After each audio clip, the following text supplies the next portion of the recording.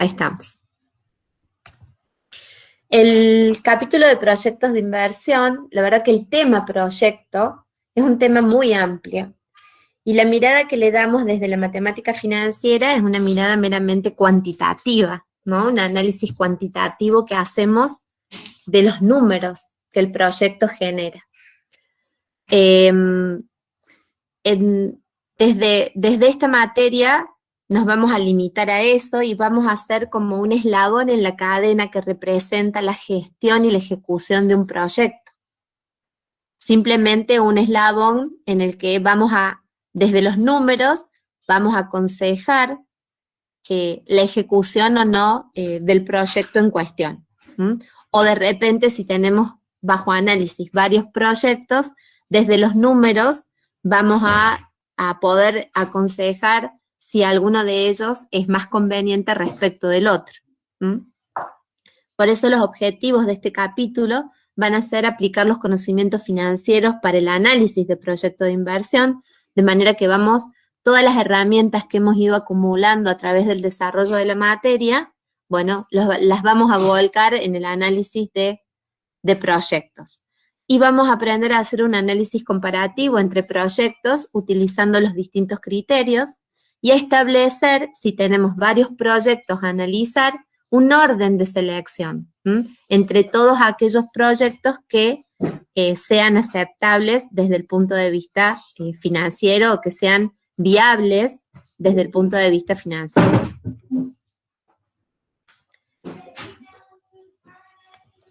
Cuando hablamos de proyectos de inversión, primero antes tenemos que tener claro qué es una inversión.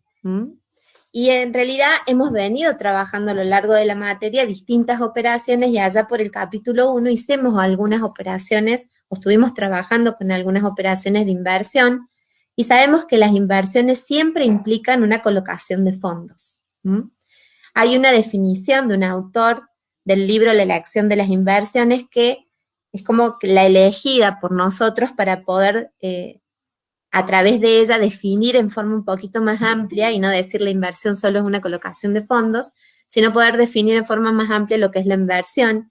Y nos dice que la definición más general que se puede dar del acto de invertir es aquella que nos dice que mediante este acto tiene lugar el cambio de una satisfacción inmediata y cierta a la que se renuncia contra una esperanza que se adquiere y de la cual el bien invertido es el soporte. Y en realidad, cuando nosotros elegimos una inversión, hacemos esto, ¿no? Esto de colocar una determinada cantidad de dinero en algo, ¿sí? Y esa colocación implica a que hoy renunciemos a una necesidad que podríamos satisfacer en el presente con esa plata. Entonces, cuando estamos invirtiendo, hacemos eso, ¿no? Renunciamos al consumo de hoy y aplicamos esa cantidad de fondos, ¿sí?, a alguna otra alternativa. ¿Con qué intención? Y con la intención de que esa alternativa donde vamos a colocar el dinero nos genere a nosotros una rentabilidad. El bien invertido acá va a ser este capital, ¿sí?, que nosotros manejamos y del cual tenemos un excedente y ese excedente queremos colocarlo. Entonces, siempre va a haber esta renuncia al consumo presente en la inversión para colocar el dinero con la esperanza de que esa colocación nos brinde una rentabilidad. Hay distintas clases de inversiones, ¿sí? No solamente hay inversiones financieras, hay inversiones que realizan las empresas y que las podemos como clasificar o decir que las más comunes que se mencionan son las siguientes. Una son las inversiones de renovación, la que le sigue la de expansión, modernización o de innovación y las estratégicas. Y cada inversión, ¿sí?, conlleva un riesgo. No todas son iguales de riesgosas. En estas que son las que enumeramos, las inversiones de renovación que realizan las empresas son aquellas tendientes a reemplazar algún bien que la empresa ya tiene, ¿sí? Como lo dice la palabra, es para renovar, ¿sí? Generalmente lo que se renuevan son equipos tecnológicos o máquinas en plantas de producción. Si yo voy a renovar en esta inversión, lo que hago es reemplazo lo que tengo por algo más nuevo. Y cuando reemplazo lo que tengo por algo más nuevo, la verdad es que la inversión no conlleva mucho riesgo, ¿sí? Porque lo nuevo que voy a colocar me va a permitir seguir haciendo quizás un poco más eficiente lo mismo que hago. Y las inversiones que no conllevan tanto riesgo no generan muchos cambios dentro de la empresa. En cambio, las inversiones de expansión son un poquito más riesgosas porque esta palabra expansión implica que lo que yo voy a hacer dentro de mi empresa va a generar, ¿sí?, una capacidad productiva más grande que la que tengo. Lo hago con la idea de no renovar y reemplazar, sino que lo hago con la idea de expandirme. Y si me tengo que expandir, eso va a ser, digamos, necesariamente para expandirme voy a tener que aumentar mi capacidad de producción. Y a veces no es tan difícil aumentar la capacidad de producción, sí, conlleva obviamente un egreso o una inversión una inversión en dinero, pero después lo que resulta más complicado en este tipo de inversión es sostener, digamos, la expansión. ¿Cuándo hay expansión en una empresa? Cuando, por ejemplo, aumenta por alguna razón la demanda. Por ejemplo, en esta época, ¿sí?, aumentó la demanda de barbijos, la demanda de alcohol, la demanda de todo lo que sea insumos médicos.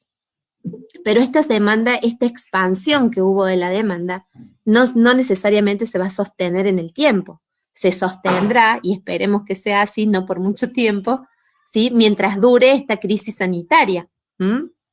Esto de el coronavirus, pero cuando el coronavirus pase y hayamos encontrado la vacuna, esa demanda se va a volver a contraer. Entonces, las empresas que estaban, digamos, produciendo a su máxima capacidad, ¿sí?, no se ve, o soy yo. Profe, ¿Se ve la presentación? No se ve. ¿Ahora sí? Bien. Estas empresas, si estaban produciendo a su capacidad máxima, ¿sí?, realmente invertir en expandirse por una demanda que en principio es eventual el aumento y no necesariamente tomarán la decisión. U otras habrán tomado la decisión de expandirse por este momento, pero ¿qué va a pasar cuando este momento pase? Bueno, van a tener que generar acciones para seguir pudiendo colocar en el mercado la misma cantidad de producto. Entonces, estas inversiones que las empresas hacen de expansión tienen un poquito más de riesgo que las de renovación. Y si tienen un poquito más de riesgo, seguro que implican para la empresa también la posibilidad de obtener una mayor rentabilidad. Otra de las inversiones que se mencionan y se pueden, digamos, realizar en las empresas son las inversiones de modernización o innovación, que son aquellas que lo que tienden es a reducir costos, ¿no? Incorporar tecnología dentro de la empresa para la reducción de costos, y esto también evidentemente conlleva a una rentabilidad para la empresa más grande. Y por último, mencionamos las inversiones estratégicas, que son aquellas inversiones que tratan de integrar a una empresa verticalmente. Por ejemplo, Arcor es una empresa que está integrada verticalmente porque por razones de posiblemente de problemas en la provisión de sus insumos, ¿sí?, o en la cantidad o en la calidad, ¿sí?, decide trabajar y tener producir su insumo y con su insumo producir el producto que lanza al mercado. Entonces, esas inversiones estratégicas son riesgosas porque implican también una mayor cantidad de disponibilidad de fondos para ponerla al servicio de. Mientras más riesgosas son las inversiones, más rentabilidad se supone que quien está invirtiendo va a recoger de esa inversión a medida que transcurre el tiempo. ¿Alguna duda con esto? Eso lo vimos. Y cuando tenemos estas inversiones que realizar, armamos lo que para su análisis, para, digamos, el análisis ex antes, lo que se arma es un proyecto de inversión, y el proyecto de inversión tiene varios elementos. Un proyecto se define a través de varios elementos. Uno de los elementos que mencionamos es el desembolso inicial, que no es otra cosa que la inversión inicial, que también en la jerga se llama tamaño de la inversión. El proyecto va a trabajar con una tasa de costo de capital, y esta tasa de costo de capital es un elemento muy importante, porque es lo mínimo que quien está colocando, ¿sí?, está dispuesto a recibir, porque es el precio que le pone al capital que va a invertir.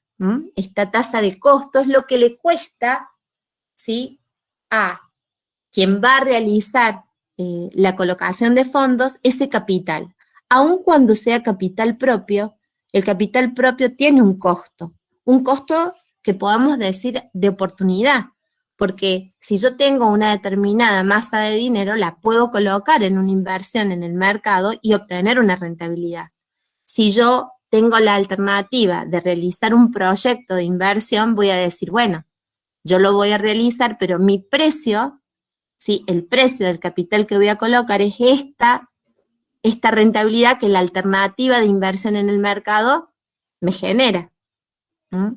Entonces, es muy importante dentro de un proyecto de inversión la definición de la tasa de costo de capital, que no es tan sencilla, y que van a ver que depende de esa tasa de costo de capital muchas veces que yo acepte o no un proyecto, porque si defino mi precio, el precio de mi capital, voy a tener que elegir proyectos que me den una rentabilidad por lo menos igual a mi precio, en cuyo caso, si ese es mi costo, mi rentabilidad ahí sería 0, pero no estaría perdiendo. Entonces, lo ideal sería que yo elija todos aquellos proyectos de inversión cuya rentabilidad me den a mí una tasa mayor a la tasa de costo de capital.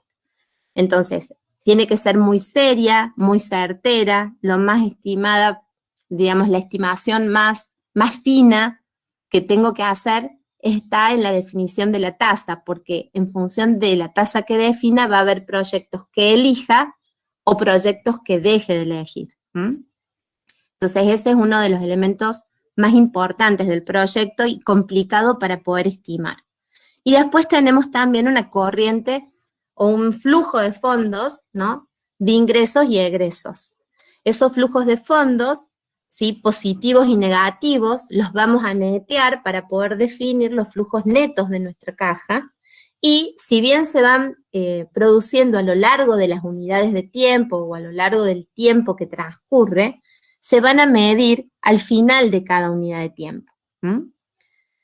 Ese tiempo, ¿sí?, la duración de todo el proyecto, se llama el horizonte económico de la inversión o la duración de la inversión. Entonces, concretamente, los elementos son la inversión inicial o tamaño de la inversión, la tasa de costo de capital, el flujo de fondos generados por el proyecto, vamos a tener ingresos y egresos y los vamos a netear y los vamos a medir al final de las unidades de tiempo. Y por último, el horizonte económico, porque tenemos que saber también cuál es la duración del proyecto que vamos a analizar. ¿Cómo los vamos a simbolizar a estos elementos? El tamaño de la inversión la vamos a simbolizar como un flujo de fondo neto en el momento 0, ¿sí? Y representa para nosotros un flujo de fondo negativo porque implica que sale dinero de nuestra caja para colocarlo en la alternativa de inversión.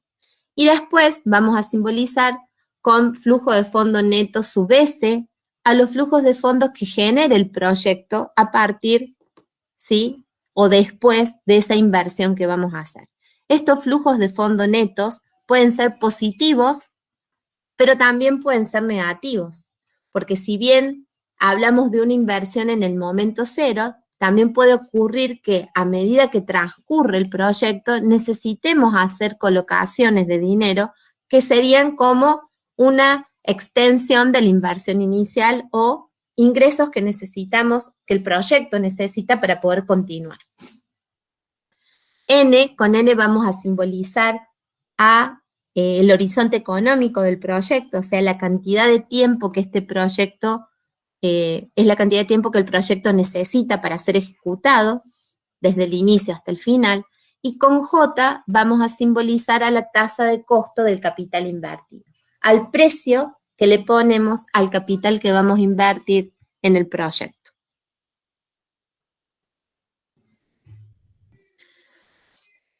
Como les decía al principio, desde la matemática financiera lo que hacemos es la evaluación de los proyectos y utilizamos distintos criterios para poder evaluarlos. Todos los criterios que vamos a usar respetan el principio financiero o el postulado fundamental de la matemática financiera que dice que el capital crece con el transcurso del tiempo, o sea que tiene en cuenta el valor del capital en el tiempo, que el capital no es lo mismo en el momento 1 que en el momento 2 que en el momento 3. Entonces, todos estos criterios respetan eso y son los que vamos a aplicar. Con los que se trabaja habitualmente son el periodo de recupero, el valor actual neto y la tasa interna de retorno.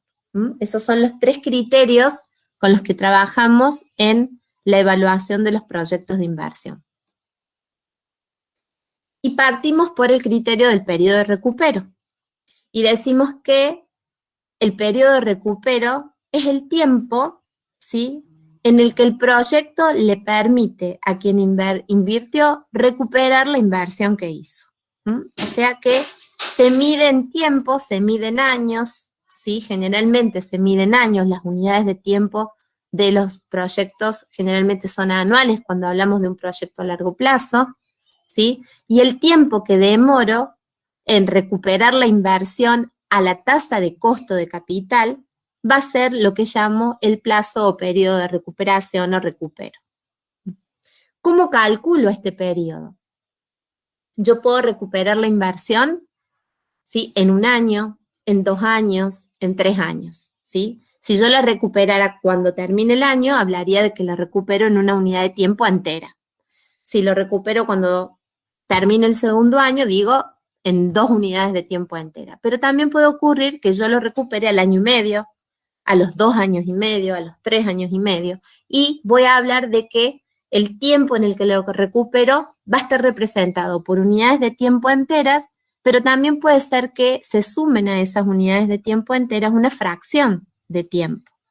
Por eso la expresión de cálculo del periodo de recupero que marcamos acá dice periodo de recupero igual a R, ¿sí?, en donde R representaría la cantidad de unidades de tiempo enteras, más F, que sería la fracción de tiempo, ¿sí?, que no alcanza a ser una unidad de tiempo entera, pero que necesito para terminar de recuperar la inversión del capital del proyecto. Las unidades de tiempo entera las podemos definir claramente, pero ¿cómo va a estar definida la fracción de tiempo que me permite a mí terminar de recuperar la inversión? Y para encontrar el valor de esta fracción, trabajamos con una relación, ¿sí? Una relación que en el numerador me muestra, fíjense, la diferencia que hay entre la inversión inicial del proyecto, porque este flujo de fondo neto cero es la inversión, y que tengo en el segundo término. Tengo la suma de los valores actuales de los flujos de fondo generados por el proyecto actualizados a la J, siendo la J la tasa de costo de capital. Entonces, estos flujos de fondos están generados por el proyecto desde el momento 1, acá dice es igual a T para un T que vale 1, hasta el momento R, siendo el momento R el momento entero de la expresión de cálculo. Entonces, ¿qué hago? Yo le resto a la inversión inicial el valor actual de los flujos de fondos hasta el momento R. O sea, lo que me permitió recuperar de la inversión los flujos de fondos generados por el proyecto hasta el momento R. Por lo tanto, lo que voy a tener conceptualmente en el numerador es esa diferencia, y esa diferencia me representa la parte de la inversión que con lo acumulado hasta el momento R en flujos de fondos no conseguí cubrir. ¿Me siguen hasta acá? ¿Y qué tengo en el denominador? Fíjense que lo que tengo en el denominador es un solo flujo de fondo. El flujo de fondo R+1. O sea, el flujo de fondo siguiente al último flujo de fondo de la unidad de tiempo entera R. Me fijo y tomo el flujo de fondo de la unidad de tiempo que le sigue, que sería la R+1. Actualizo ese flujo de fondo para que todo esté medido en el momento cero y digo, voy a relacionar o medir la parte de la inversión que todavía no pude cubrir hasta el momento R, con los flujos de fondos generados hasta el momento R, y voy a dividir eso que no pude cubrir en mi próximo flujo de fondos. Y eso me va a decir a mí, o me va a determinar una relación. Me va a decir cuánto del próximo flujo de fondo voy a ocupar para cubrir ese pedacito de la inversión inicial que no alcancé a cubrir hasta el periodo R entero. ¿Queda claro eso? Ya lo vamos a ver en una aplicación y se va a ver con números un poquito mejor. ¿No hay dudas? Una vez que defino esta fracción, ¿sí?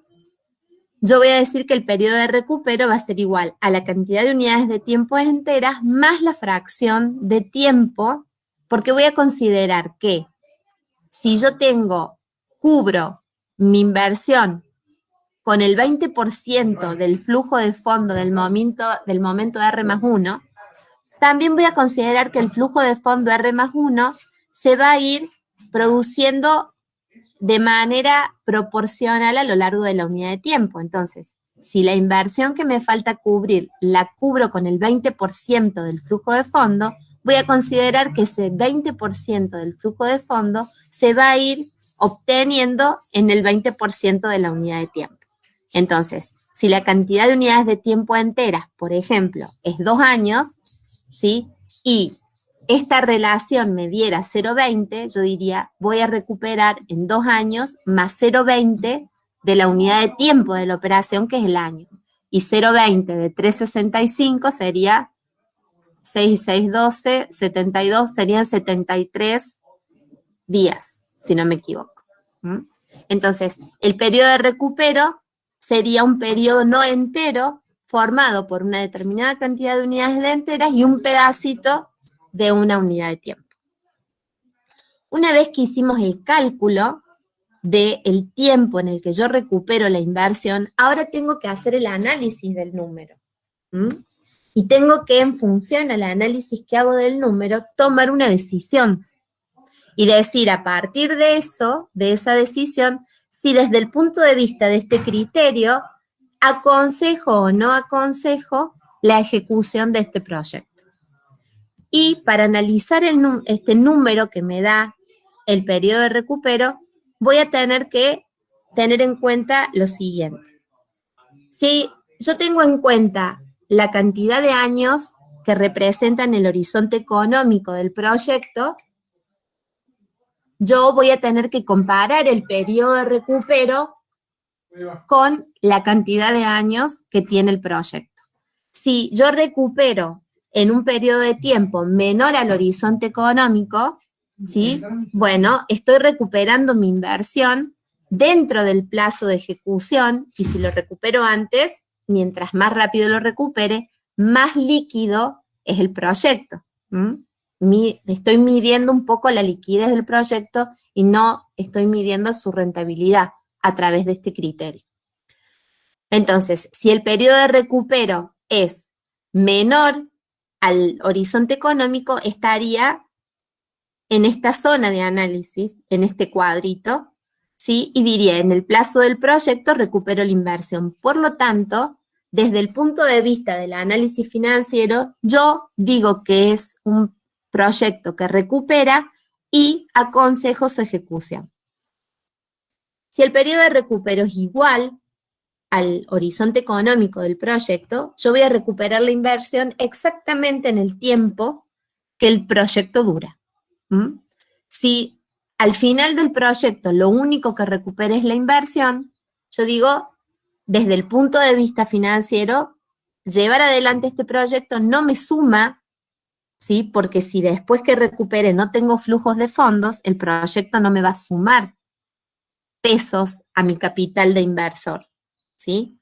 Pero tampoco me resta, porque recupero la inversión. Entonces, desde el punto de vista financiero, cuando el periodo de recupero es igual al horizonte económico, ¿sí? Resulta indistinto la ejecución o no del proyecto. Puede haber otras cuestiones cualitativas que hagan que yo lo lleve adelante, que la empresa lo lleve adelante o que haga que desista del proyecto. Y cuando el periodo de recupero es mayor a n, mayor al horizonte económico, voy a decir, este proyecto, desde el punto de vista financiero, no se aconseja o no aconsejo la ejecución del mismo. ¿Por qué? Porque va a terminar la ejecución del proyecto y con los flujos de fondos generados, ¿sí? A partir de esa colocación de inversión que se hace, no recupero la inversión.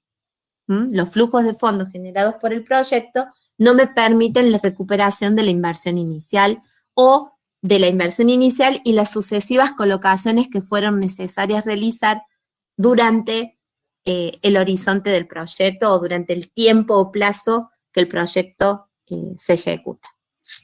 ¿Queda claro esto?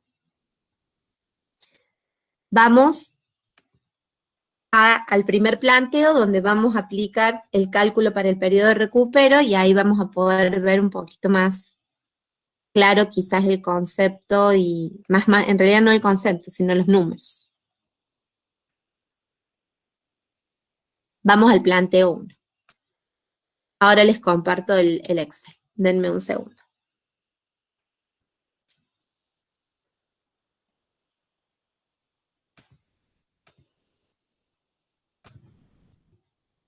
Ahí lo vemos.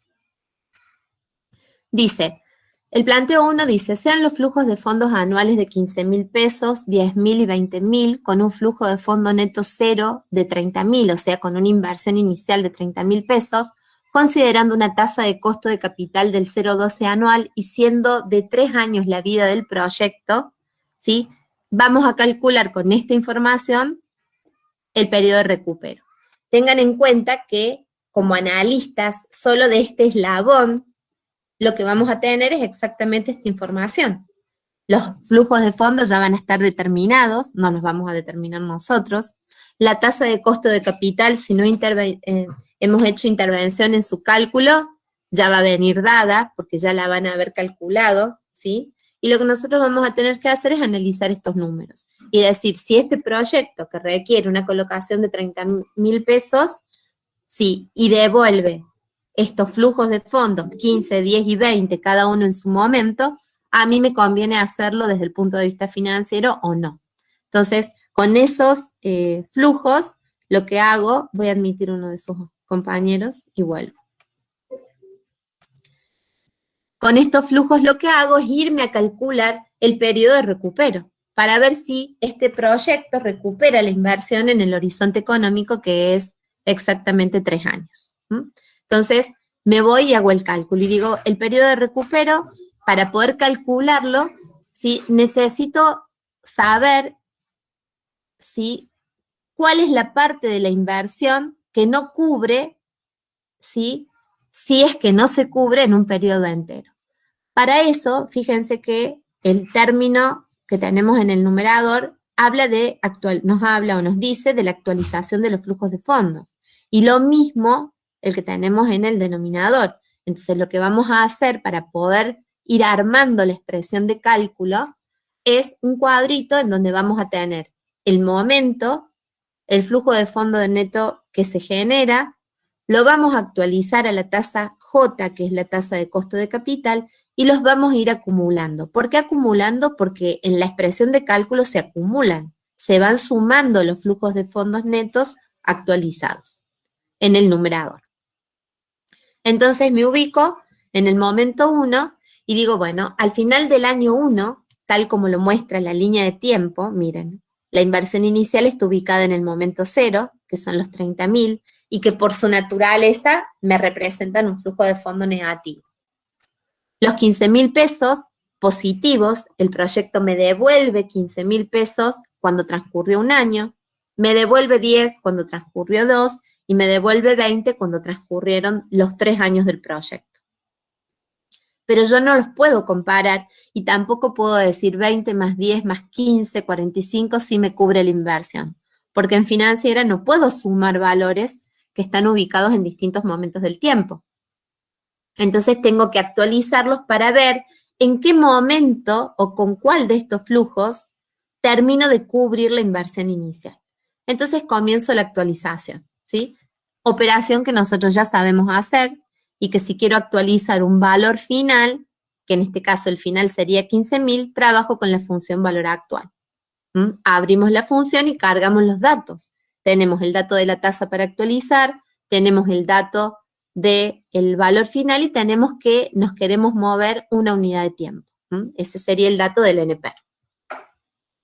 Actualizo y me da que ese valor es 13.392,86 y lo voy acumulando.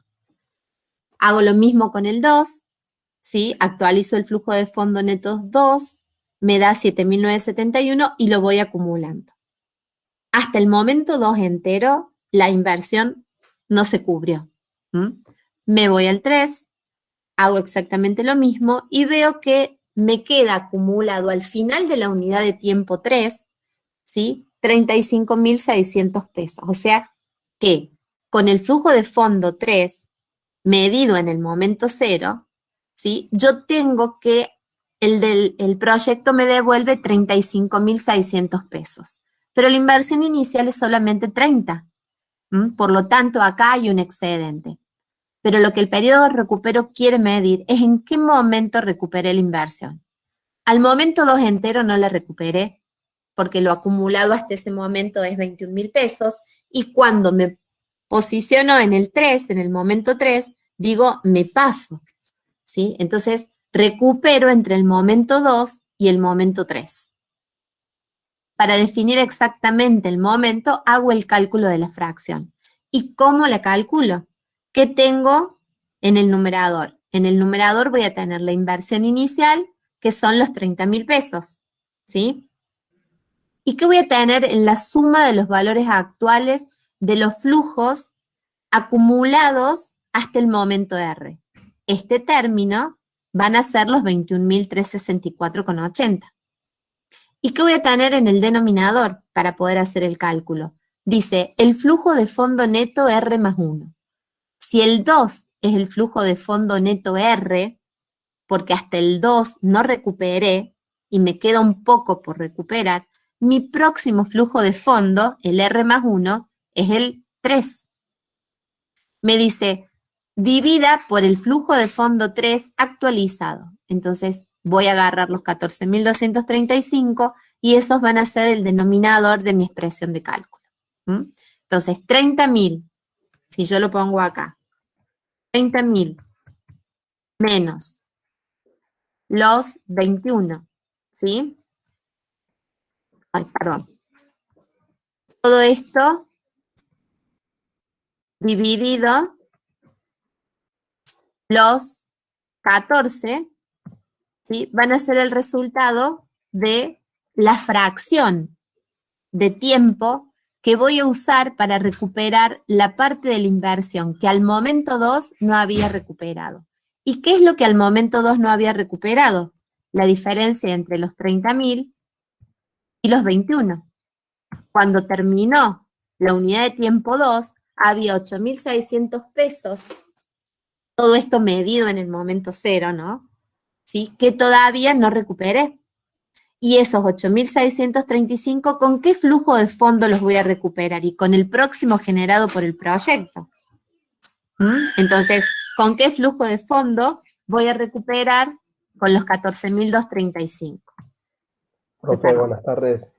Sí, buenas tardes. ¿Puedo volver a repetir esa parte de la diferencia, profe, por favor? Sí. Acá en el numerador de la fracción, yo tengo una diferencia. ¿Qué diferencia? La parte de la inversión que no cubro con los flujos acumulados hasta el momento 2, que sería el momento entero anterior a recuperar. ¿Sí? ¿Y cuál es la diferencia? La diferencia es los 30.000, que son la inversión, menos los 21.364 que acumulo hasta el momento 2. Hay 8.600 pesos, ¿sí? que al momento 2 todavía no recuperé. ¿Qué flujo de fondo me va a permitir recuperar estos 8.600 y el siguiente?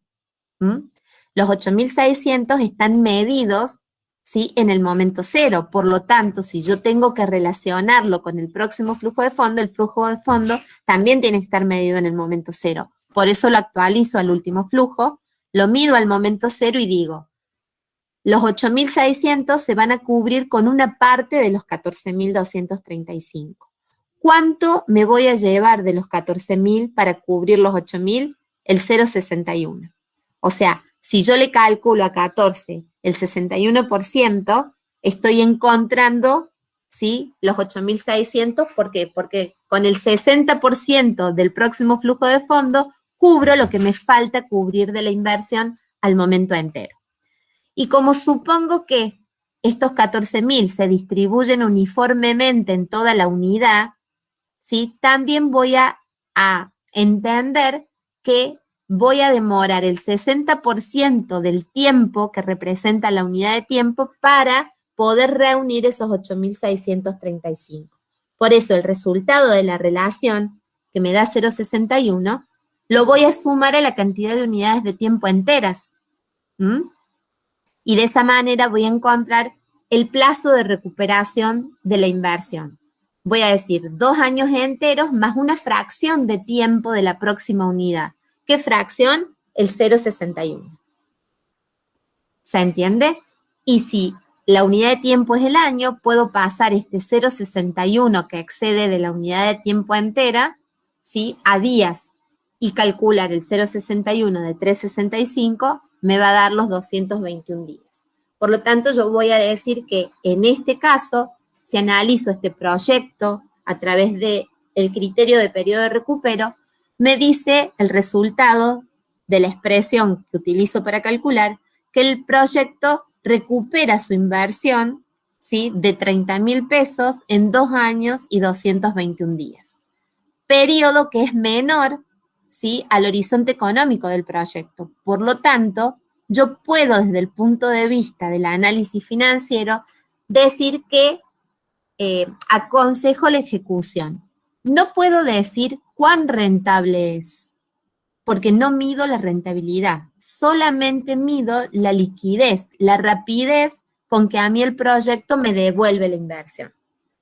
Y no mido la rentabilidad porque no hago nada con los flujos de fondos que siguen, que son los que, una vez recuperada la inversión, me generan ese beneficio o esa rentabilidad de la que estoy hablando. ¿Queda claro? Entonces, lo que nos tiene que quedar claro es que el periodo de recupero es un criterio que no mide rentabilidad del proyecto, que lo que mide es la liquidez y la rapidez con la que se recupera la inversión inicial. Mientras más rápido recupero, hablaré de un proyecto más líquido, me devuelve rápido la inversión. Mientras más lejos recupero mi inversión, hablo de un proyecto menos líquido. Ahora, que el proyecto sea más líquido o menos líquido, nada me dice de su rentabilidad. Yo puedo tener un proyecto muy líquido y muy poco rentable. Y puedo tener un proyecto no tan líquido, ¿sí?, que devuelve o demora más en devolver la inversión, pero que sea muy rentable, ¿sí? Por eso me quedo corta si analizo un proyecto solo con este criterio. Porque si yo acepto solo por la rapidez con que recupera la inversión, acepto uno y desecho otro, me estoy perdiendo de saber si después de que recupero la inversión, tengo muchos flujos de fondos que me generen beneficio. ¿Por qué? Porque el proyecto, digamos, a través de este criterio no lo está midiendo a eso. Entonces, este es un criterio, pero no debiera ser el único que tengo que aplicar. ¿Queda claro esto? Profe. Sí. Ese 0,61, yo anoté a ver si está bien lo que entendí. Es la parte con la que voy a cubrir lo que me falta cubrir o recuperar de la inversión inicial, tanto en pesos como en tiempo. Claro, el 0,61 es en tiempo, ¿sí? Ah, bien, es en tiempo. Siempre va a ser en tiempo, es la cantidad de tiempo que voy a tomar de la próxima unidad, perdón, para poder recuperar esa inversión. ¿Queda claro? Sí, ahora sí. Bien. Lo que yo dije de pesos es que con el 61% de los 14.000 cubro los 8.000 y pico, ¿sí? Porque la relación, en realidad, estoy relacionando pesos en el numerador y pesos en el denominador. ¿Por qué lo asimilo a tiempo? Porque considero que los flujos de fondos se van produciendo regularmente en la unidad de tiempo. Entonces voy a considerar que el 60% del flujo se va a producir en el 60% de la unidad. ¿Sí? Pero cuando tengo el resultado del periodo de recupero, siempre eso es tiempo. 2 años es tiempo y 0,61 años es tiempo. ¿Queda claro? Sí, gracias. Profe, Bien. al comienzo del ejercicio nos dijo que la mayoría de los datos eran dados, tanto la tasa como también los flujos. Como los flujos, sí. Sí, pero ¿y el tema del plazo, digamos, del horizonte también? También, sí. Ah, Son todos datos, ustedes imagínense trabajándose en la empresa y que la empresa quiere hacer un proyecto. Cuando vengan a decirles, analízame esto, ¿sí? Les van a dar los datos, pues si no tenemos los datos no lo vamos a poder analizar porque no lo vamos a poder calcular. Necesitamos los flujos de fondos, necesitamos la tasa de costo definida y también necesitamos saber en cuánto se estima que el proyecto, digamos, va a llegar a su fin, al fin de su vida. Todo eso ya está estimado. Y también tengan en cuenta que estos análisis siempre son ex antes. O sea, yo analizo un proyecto antes de empezar su ejecución para poder decir, lo dejo o lo desecho. Yo también podría participar en el armado de los flujos, como profesionales de ciencias económicas, nosotros también podemos participar en el armado de los flujos y también podemos participar en la definición de la tasa de costo de capital. Pero puede ser que no, depende en qué parte del equipo de gestión estemos y en qué parte del equipo de análisis estemos. También podríamos estar en la parte del equipo que toma la decisión, pero bueno, desde la matemática financiera nos ocupa, digamos, aplicar las herramientas al análisis cuantitativo para definir si el proyecto es o no, digamos, viable desde el punto de vista financiero, desde el punto de vista de los números. ¿Queda claro?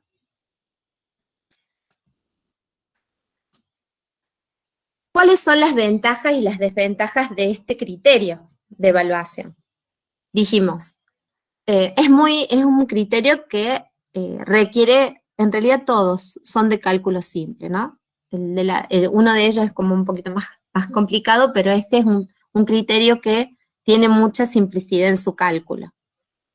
O sea que no genera ningún inconveniente desde ese punto de vista. Me muestra la liquidez, ¿sí? La liquidez se refiere a esto, que me va a mostrar en cuánto tiempo recupero la inversión, y eso está bueno que me lo muestre, ¿no? ¿Por qué? Porque por ahí esperar mucho tiempo en recuperar el capital invertido se convierte para quien está invirtiendo en una desventaja si necesita disponibilidad de dinero. Considera el valor del dinero en el tiempo, ¿por qué? Porque fíjense que para poder calcular esa F, mueve todos los capitales o todos los flujos de fondos al momento cero. Entonces ahí está actualizando y está trabajando con la operación financiera de actualización. Y mide, como les dije, y como que se corresponde un poco con lo primero, mide la liquidez del proyecto. Admito un compañero y vuelvo. ¿Y cuáles son las desventajas? La desventaja es que al medir la liquidez, nada sabemos de la rentabilidad. Entonces puede ser que si nos guiáramos para elegir o no un proyecto de inversión solamente por su liquidez, podríamos elegir proyectos muy líquidos y poco rentables, o poco líquidos y muy rentables. Entonces, como a la rentabilidad no la podemos medir, digamos, la desventaja que tiene el periodo de recupero es no incluirla dentro del análisis. Y al no medir la rentabilidad, lo que no está haciendo es lo que se marca como la segunda desventaja, que es no tomar en cuenta los flujos posteriores al punto de corte o al punto en el que se recupera la inversión. Y que ese punto resulta como en el análisis un poco arbitrario. ¿Alguna duda? El otro criterio que vamos a aprender, que vamos a estudiar, es el criterio del valor actual neto. Se llama valor actual neto, pero hay bibliografía que lo llama el criterio del valor capital. A ver, me parece que ahí tengo otro alumno que quiere ingresar. Sí. Ya vuelvo de nuevo. Este criterio, entonces, como les decía, el criterio del VAN o valor actual neto, hay bibliografía que lo llama el criterio del valor capital. Y lo que me muestra, ahí lo tenemos, lo que me muestra es la diferencia que hay entre los ingresos y egresos generados por el proyecto. Y si hablamos de una diferencia, sabemos que esa diferencia, para poder calcularla, esos ingresos y esos egresos tienen que estar todos en el mismo lugar, en el mismo momento del tiempo, y por eso hablamos de que es la diferencia entre los ingresos y egresos del proyecto actualizados al momento cero a la tasa de costo de capital invertido. Ustedes ya conocen esta expresión de cálculo. Es la expresión del cálculo de un valor actual. Es el valor actual de los flujos de fondos generados por el proyecto a la tasa de costo de capital. A esa tasa vamos a ir actualizando cada uno de los flujos de fondos. Como los flujos de fondos son positivos y negativos, incluidos dentro de estos flujos a la inversión inicial, la diferencia de ellos me va a dar el VAM. Si los ingresos son mayores a los egresos, el VAM va a ser positivo. Si los ingresos son iguales a los egresos, hablando de todos estos valores actualizados al momento cero, ¿sí? El VAM va a ser 0. Y si los ingresos son menores a los egresos, el VAM será negativo. Entonces, ese sería el resultado que vamos a encontrar del cálculo. Podemos encontrarnos frente a un VAM positivo, que estaríamos después analizándolo dentro de esta parte de los criterios de decisión. Podríamos encontrar un VAN igual a 0 o podríamos encontrar un VAN menor a 0.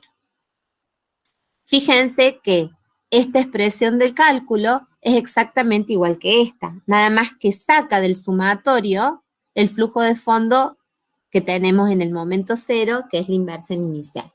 Y que como está en el momento cero, no necesita actualizarse. Acá, en el límite del sumatorio inferior, tenemos el 0. Entonces, ahí está incluyendo este flujo de fondo neto 0. Que si está dentro del sumatorio, el primer término sería el flujo de fondo neto 0 dividido 1 más la J a la 0. Y 1 más J a la 0 es 1. Por lo tanto, me queda solamente lo que tengo de este lado, el flujo de fondo neto en el momento 0. ¿Sí? ¿Queda claro? Si vemos que el resultado es igual a 0, yo voy a decir que los ingresos generados por el proyecto son exactamente iguales a los egresos generados por el proyecto, todo medido en el momento 0. Y si son iguales, representa que yo solamente con los positivos cubro los negativos.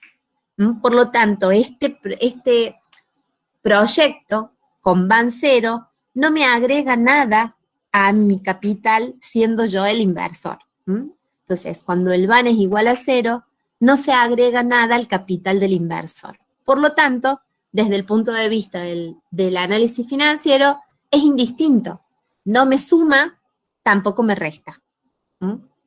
Habrá otras variables bajo análisis cualitativas, ¿sí?, que harán tomar la decisión a quien corresponda de llevar adelante el proyecto o no.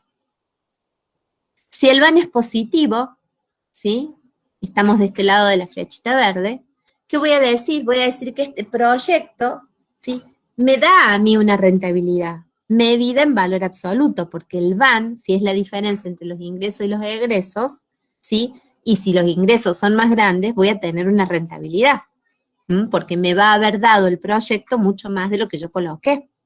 Entonces, si el VAN es positivo, tengo una rentabilidad medida en pesos, por eso digo medida en valor absoluto, que se va a agregar al capital del inversor. El inversor ahora va a tener más de lo que tenía antes.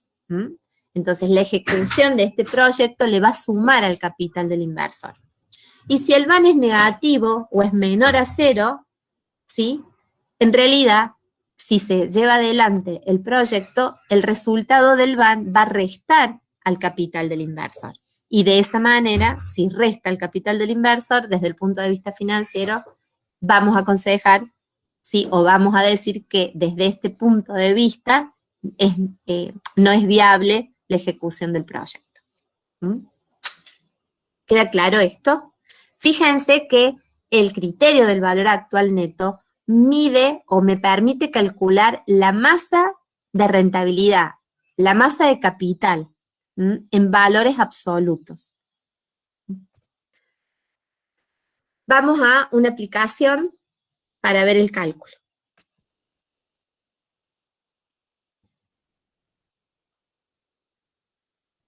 El planteo 2 dice, si se considera una tasa de costo de capital del 0,15 anual y los flujos de fondos netos anuales detallados en el gráfico, tenemos un VAN de 7.131,56. Vamos nosotros a corroborar este cálculo. Fíjense el proyecto como está planteado en la línea de tiempo. La inversión inicial es de 8.500 y los flujos de fondos son todos distintos, pero están equidistantes, ¿no? Son todos anuales, 2.500, 5.300, 7, 5 y 4, y todos positivos. Si yo quiero calcular el VAN, lo que tengo que hacer es actualizar todos estos flujos de fondos al momento cero a la tasa de costo de capital. Y la tasa de costo de capital que me anuncian es el 0,15. ¿Cuál es la ecuación de cálculo? La ecuación de cálculo, ¿sí? Va a ser encontrar el valor del VAN, ¿sí? Que en la planillita de Excel no dice VAN la función, sino dice BNA, y voy a tener los 8.500 ubicados en el momento cero, y voy a poner VAN igual. ¿Y qué voy a tener detrás? La suma de los valores actuales de todos los flujos de fondos generados por el proyecto. ¿Sí? Entonces, ¿qué voy a tener acá? Voy a tener 8.500 menos 8.500 más los 2.500 actualizados, una unidad de tiempo, más los 5.300 actualizados, 2 unidades de tiempo, más los 7.000 actualizados, ¿sí? Otra unidad de tiempo, y así actualizando todos. En esta expresión de cálculo, lo que yo hago de esta manera es incluir estos 8.500 en el segundo miembro y decir que la suma de todos los flujos de fondos, incluida la inversión inicial, me van a dar como resultado el valor actual neto. Para calcularlo, en la planilla de cálculo, la función que usamos es la función BNA, la que sabemos usar. No hace falta que utilicemos BNA no PER porque hay equidistancia entre los flujos. Recuerden que la función BNA no me la va a abrir. No. No. La función BNA, recuerden que para calcular el BNA lo que hacíamos era seleccionar a partir del flujo de fondo cómo funciona la función. Valga la redundancia. Marcábamos como rango de capital que incluimos es a partir del primer flujo de fondo. Estos flujos quedan actualizados al momento cero y ahí hacemos la diferencia con los 8.500. A ver si me la deja abrir acá. Sí. A ver, lo voy a buscar. Ahí estamos. Aceptar. La tasa con la que trabajo es 0,15, que es la tasa de costo de capital, y ¿se clavó el Excel? Sí. A ver ahí, si se destrabó, sí. Ahí se destrabó. Marco los flujos, ¿sí? Y me da 15.631. Ahora, a esto que está ubicado en el momento cero, le resto, o sea, o le sumo en este caso porque tengo los 8.500 con signo negativo, y me quedan los 7.131,56. Esos 7.131,56 son el valor actual neto de este proyecto. ¿Qué significan? Es la rentabilidad que el proyecto genera, lo que agrega el proyecto al capital del inversor. O sea que la rentabilidad de este proyecto en valores absolutos es de 7.139,56 pesos. ¿Sí? Esto se agrega al capital del inversor, lo que al inversor le favorece, ¿sí? Y como el proyecto resulta rentable, se aconseja la ejecución del proyecto desde el punto de vista financiero. O sea, una vez que encontré el valor del BAN, analizo dónde estoy ubicada. 7.131, estoy ubicada acá. El BAN es mayor a 0.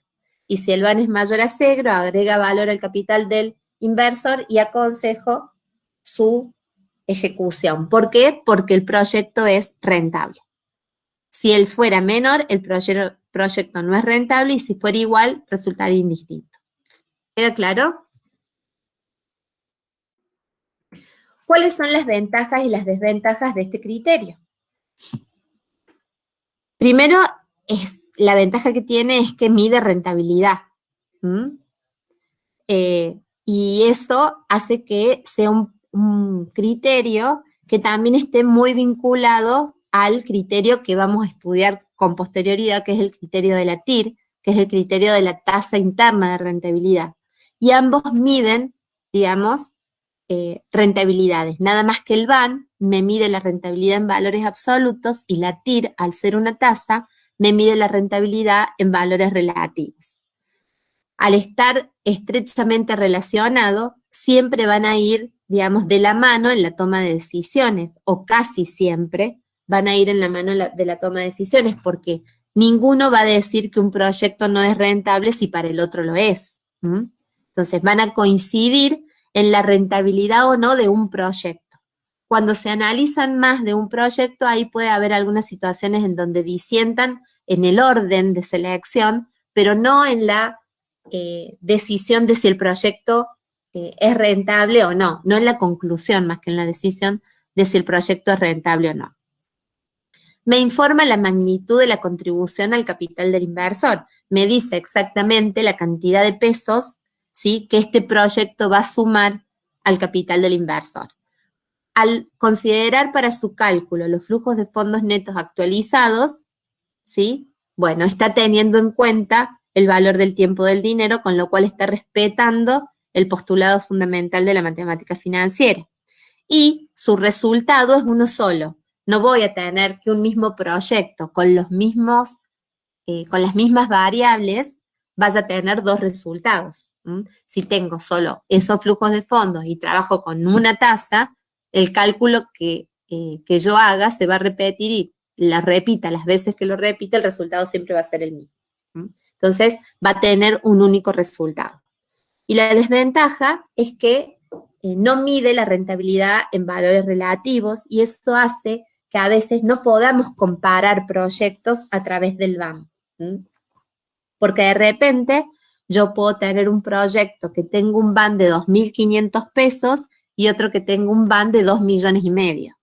Y diga, no, evidentemente voy a elegir el que tiene un BAN de 2,5 millones. Pero quizás si yo midiera la rentabilidad en términos relativos, resulta que el que me da un BAN de 2,5 millones quizás tiene una tasa de rentabilidad menor a la de el proyecto que me da 2.500 pesos de BAN, ¿sí? Entonces, al no ser un término relativo, hace que no sean comparables de alguna manera los BAN que yo voy pudiendo obtener de distintos proyectos. Por eso, también es un criterio que, digamos, que necesita sumar otras alternativas de medición para profundizar el análisis, sobre todo cuando analizamos y comparamos proyectos que son mutuamente excluyentes y que si elegimos uno tenemos que desechar otro. Entonces, como que necesita más información este criterio para poder tomar una decisión más sólida. ¿Queda claro? ¿No hay dudas? Por eso se le suman, antes de pasar a esto, quiero mostrarles algo en la resolución. Fíjense que el BAN es un criterio que depende mucho de la tasa de costo. ¿Sí? El BAN de este proyecto es 7.131, si yo pongo como tasa de costo el 0,15, pero si yo cambio la tasa, mi BAN cambia. Por eso cuando empezamos el capítulo yo les dije que la definición de tasa de costo es fundamental, porque si yo me voy, ¿sí?, arriba con la tasa de costo, más chiquita va a ser la rentabilidad. Si yo aumento mi tasa, ¿sí?, de costo de capital o mi precio del capital invertido, pues cada vez voy a tener un BAN más pequeño y quizás termino, digamos, desechando proyectos que, habiendo medido, definiendo exactamente mi tasa y correctamente, los hubiera aceptado. O de repente, si me voy abajo con la tasa y pongo una tasa del 0,01, ¿sí? Y bueno, voy a aceptar todos los proyectos, prácticamente. Todos van a ser rentables, medidos en función de la tasa, siempre que la rentabilidad exista, ¿no? Pero es muy importante saber que de la definición de la tasa de costo de capital va a depender la rentabilidad que yo obtenga a través del criterio del BAN. Entonces, el BAN depende de la J.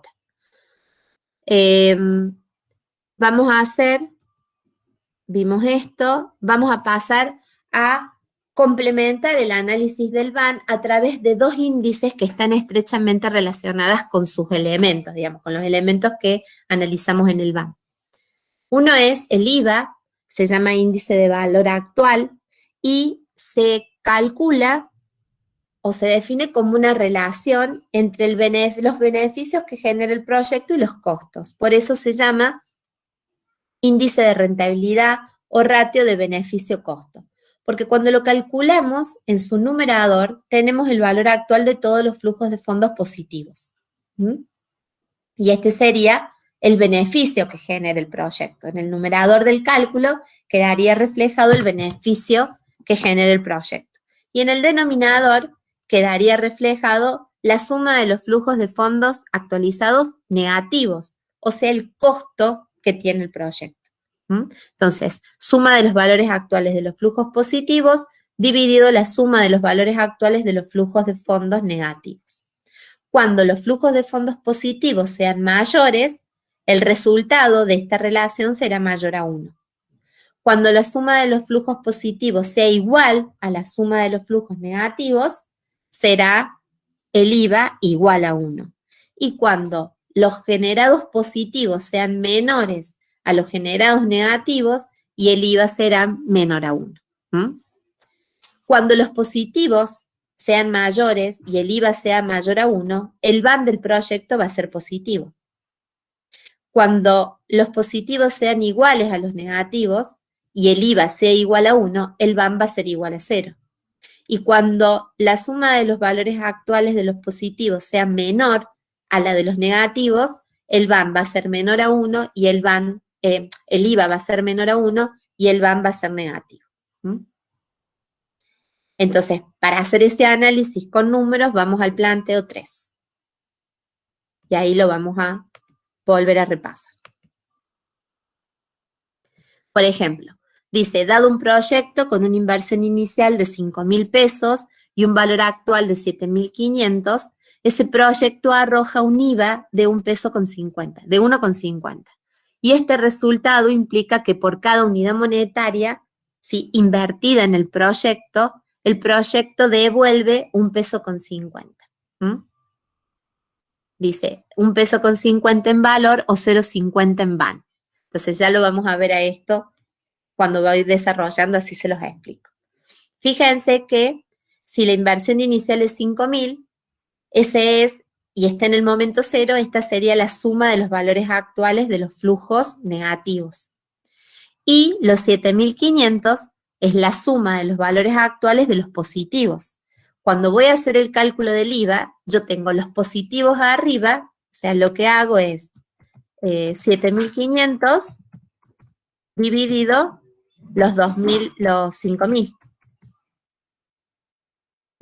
Entonces digo que por cada peso que yo coloqué, ¿sí?, el proyecto a mí me devolvió 1,50 pesos.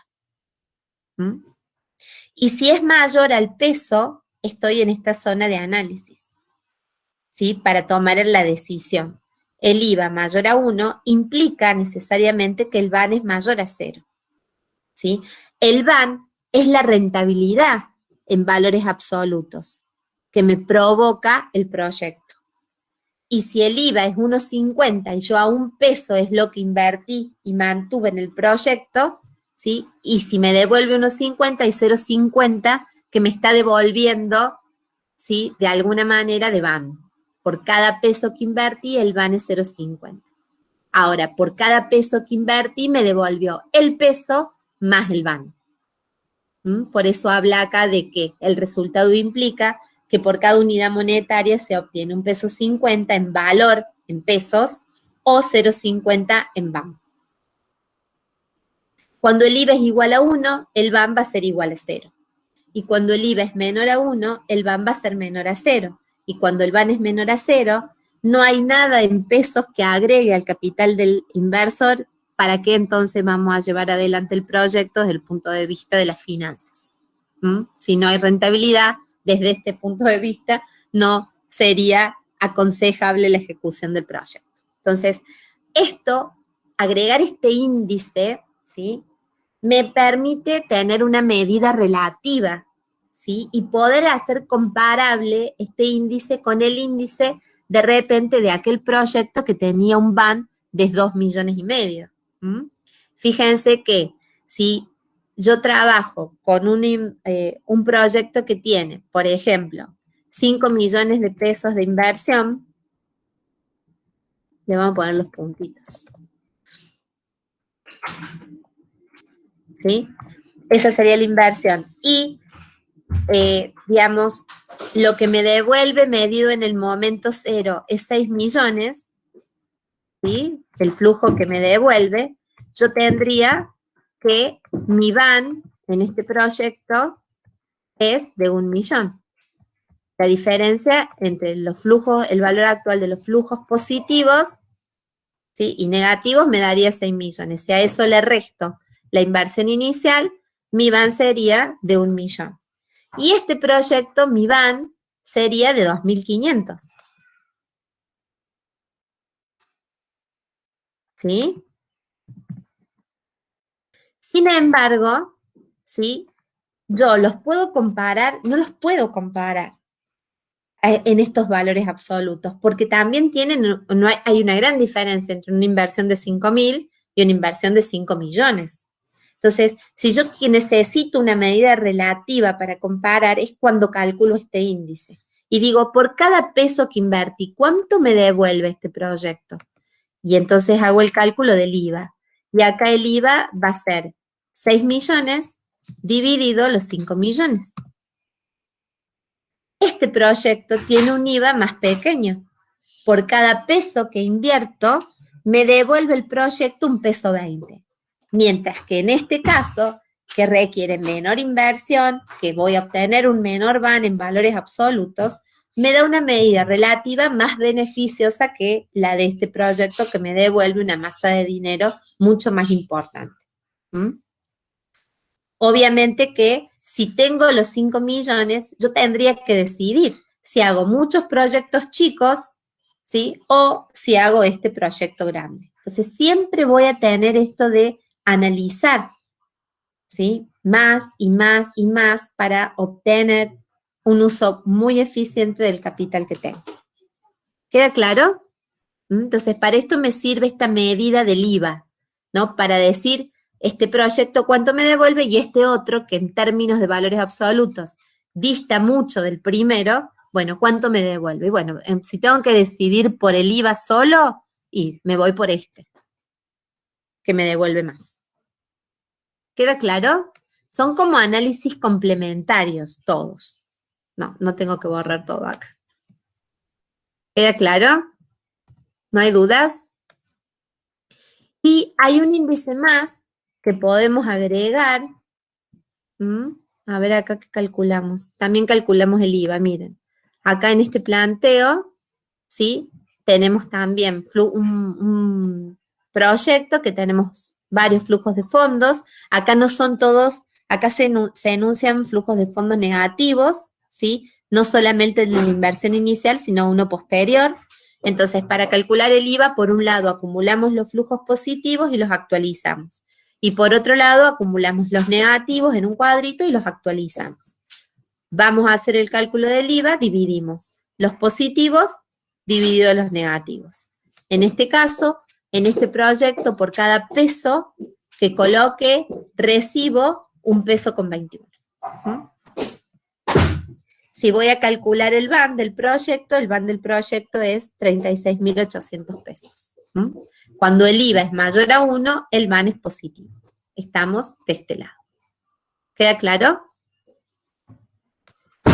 Y después tenemos, en este caso, que también calculamos el IVA, ¿sí? Flujos de fondos positivos, flujos de fondos negativos, hacemos la diferencia, ¿sí? Y en este caso el IVA es, por cada peso que coloco, recibo del proyecto 1,13 pesos. En concepto de BAN, 0,13 centavos. ¿Queda claro? ¿No hay dudas? Sumamos a este índice para el análisis otro índice más que se llama índice del valor actual neto, o el IVAM. Relaciona también los flujos de fondos generados por el proyecto, pero en el numerador, ¿sí? En lugar de colocar los flujos de fondos positivos, coloca el valor del BAN. O sea, relaciona el BAN con los flujos de fondos negativos. ¿Qué va a pasar? Esa relación, ¿sí? Puede ser igual a 0, mayor a 0 o menor a 0. El BAN va a surgir de su fórmula de cálculo, que es el valor actual de todos los flujos de fondos generados por el proyecto, positivos y negativos. Y digamos, la cantidad de flujo negativo, ¿sí? A lo sumo, el BAN será, al ser una diferencia entre los positivos y los negativos, cuando el BAN sea mayor a los flujos negativos, el IVAN será mayor a 0. Y el BAN será positivo. Cuando el BAN sea negativo, el IVAN va a ser menor a 0. ¿Queda claro esto? ¿No hay dudas? Y cuando el BAN sea igual a 0, ¿qué va a pasar con el IVAN? Vamos a tener que el IVAN va a ser igual a 0. Nos vamos al índice del valor actual neto en el planteo 7 y vamos a ir a hacer ahí el cálculo.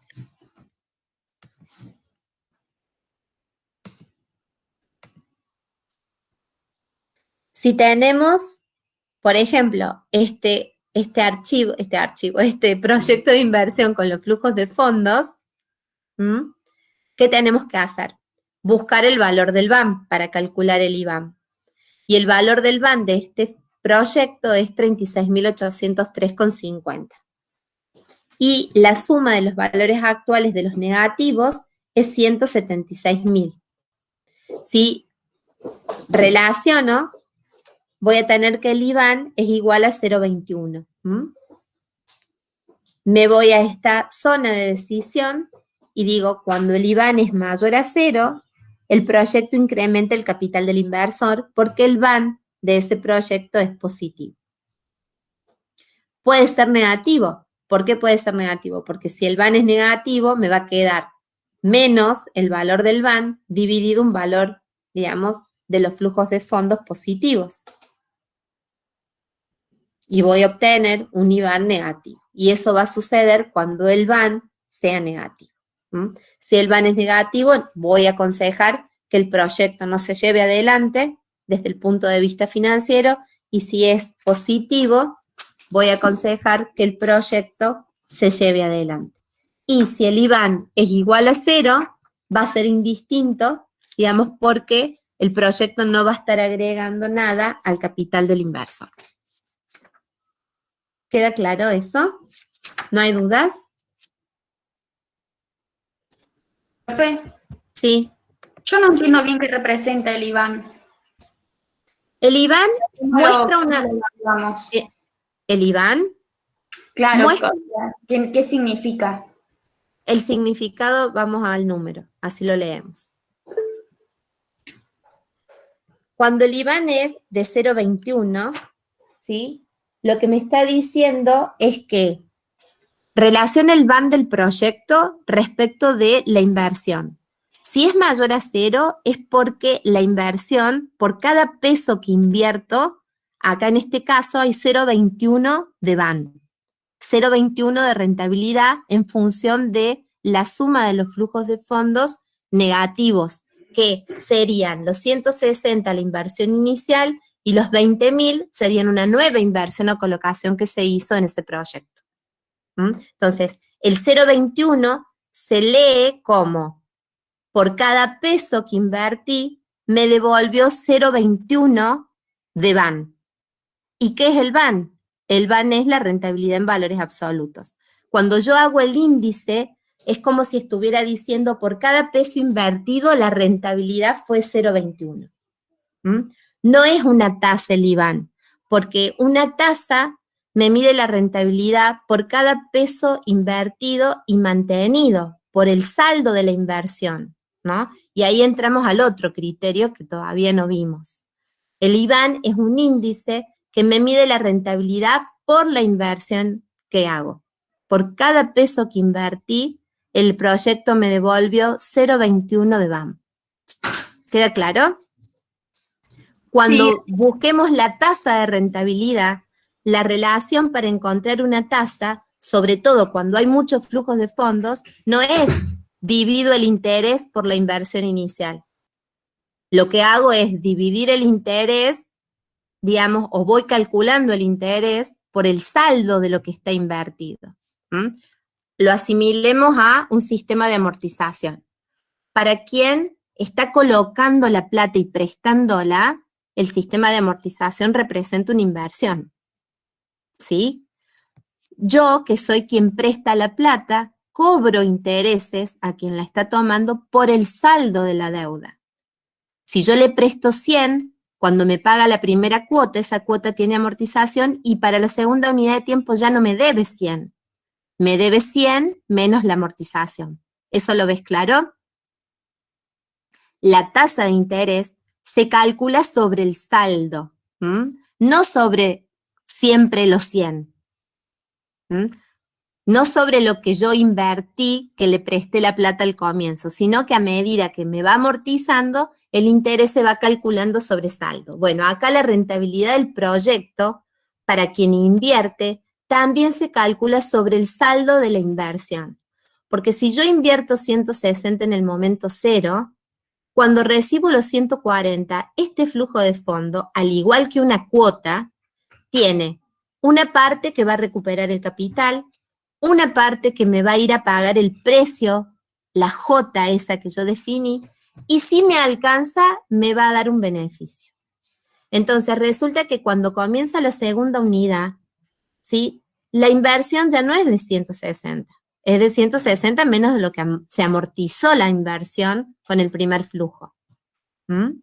Entonces, mi tasa de rentabilidad va a considerar y va a pagar intereses, se calcula que me va a pagar intereses sobre el saldo de lo que yo voy teniendo invertido a lo largo del proyecto, a lo largo de su plazo. ¿Por qué? Porque la inversión va variando, no son los 160.000 todo el tiempo, y va variando en función de lo que voy recuperando, y en este caso de lo que vuelvo a colocar. Cuando yo hago esta relación entre el BAN y la inversión, ¿sí? No estoy teniendo en cuenta el saldo de la inversión, estoy teniendo en cuenta el total de lo que invertí, pero de ninguna manera estoy teniendo en cuenta que con cada flujo me fue devolviendo. Por eso digo que el IBAN es un índice y no una tasa. Pero sí, es un índice que me mide la rentabilidad, ¿sí? Por cada peso invertido, pero no tiene en cuenta el concepto de mantenido el peso a lo largo del tiempo. Porque si yo acá tuviera un peso, ¿sí? Yo este peso no lo tengo mantenido todo el tiempo. Lo mantuve en la primera unidad, pero acá ya me devolvió, o sea que ya para la segunda no tengo el peso. Acá aumenté, pero después me volvió a devolver. Entonces, la inversión se va modificando en función de los flujos de fondos que el proyecto va devolviendo, como en el sistema de amortización. La deuda se va modificando para quien la está tomando en función de las cuotas que paga, porque cuando paga cuotas, paga amortización, y cuando amortiza disminuye deuda. Y lo correcto financieramente es que el saldo, ¿sí?, sea el valor sobre el cual se cobran los intereses. Bueno, acá lo correcto es que la rentabilidad esté pagada por el saldo de la inversión, por lo que está invertido en cada momento, que no son los 160 todo el tiempo, ni estos 20 todo el tiempo. El IBAN, la relación hace o genera, digamos, este concepto de rentabilidad por peso invertido, ¿sí? Cuando una tasa sería la rentabilidad por peso invertido y mantenido en el proyecto, o rentabilidad por el saldo de la inversión. Que en el momento 0 el saldo de la inversión es toda, pero que en el momento 1, después que transcurrió el 1 y va a comenzar el 2, ya el saldo de la inversión no es 160, es menos. Como en un sistema de amortización de deuda. ¿Queda claro eso? A quien me preguntó, ¿le queda claro qué significa estos 21 centavos? Es la rentabilidad por peso invertido. Gracias, profe. ¿Sí? Y bueno, con esto, con este criterio, con este índice, digamos, complementamos lo que es el análisis del BAN, ¿no? El BAN que me muestra solo un valor de dinero en valores, me muestra el valor de la renta o de la rentabilidad en valores absolutos, lo complemento con estos índices que hace que yo sea, digamos, al momento de analizar, me permiten analizar y comparar cuando estoy trabajando con varios proyectos, porque el valor absoluto solo es menos comparable, digamos, entre los proyectos. Entonces, estos dos índices, el IVA y el IBAN, complementan el análisis del BAN. Y el próximo criterio, que lo van a ver, van a comenzarlo, ya no lo voy a comenzar ahora, lo van a comenzar la clase que viene con Leticia, es el criterio de la tasa interna de retorno, y acá, digamos, van a incorporar este concepto que de alguna manera adelanté, y es el de la rentabilidad por el saldo de la inversión, como el costo del financiamiento por el saldo de la deuda. Así, esa tasa que buscábamos en los sistemas de amortización era la tasa de financiamiento. Bueno, ahora la tasa de la inversión es la TIR. Y a aquella tasa que era una tasa y que calculaba intereses sobre saldo de deuda, la TIR es la tasa que se calcula por el saldo de la inversión. Entonces, ese es un poco el concepto de TIR. Bueno, y a partir de ahí van a seguir, digamos, con el criterio de la TIR y cómo se van a ir complementando y algunos temas más. ¿No hay dudas? Si no hay dudas, a ver, voy a ver, no alcanzo a leer todos los chats. Bueno, ahora no los puedo abrir.